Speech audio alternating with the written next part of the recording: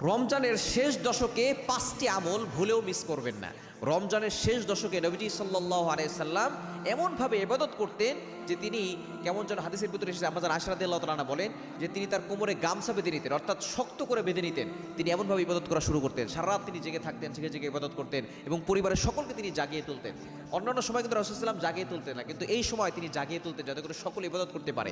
কারণ এই রমজানের শেষ দশকে কিন্তু লাইলাতুল কদর রয়েছে। আমরা শুধু লাইলাতুল কদর 27 রাতে তালাশ করি, নো, আপনি এই 21-এর রাত, 23-এর রাত, 25-এর রাত, 27-এর রাত, 29-এর রাত, বেজোর রাতগুলোতে তালাশ করবেন এবং শেষ 10 দিন প্রতিদিন আপনি আমল করার চেষ্টা করবেন। এই 5টি আমল ভুলেও মিস করবেন না। নাম্বার 1, 1 নাম্বার হচ্ছে আপনি একটি দোয়া পড়বেন, কেননা যে কোনো রাতটা লাইলাতুল কদর হয়ে যেতে পারে। এজন্য আল্লাহর কাছে দোয়া বেশি বেশি করবেন এবং একটি দোয়া বেশি করবেন। আম্মা জান আয়েশা রাদিয়াল্লাহু তাআলা আনহা তিনি নবী সাল্লাল্লাহু আলাইহি ওয়াসাল্লামকে জিজ্ঞেস করেছিলেন, ইয়া রাসূলুল্লাহ, ইয়া হাবিবাল্লাহ, যদি আমি কোনোদিন লাইলাতুল কদর পেয়ে যাই তাহলে আমি কি দোয়া করব? তখন নবী সাল্লাল্লাহু আলাইহি ওয়াসাল্লাম একটা দোয়া শিখিয়ে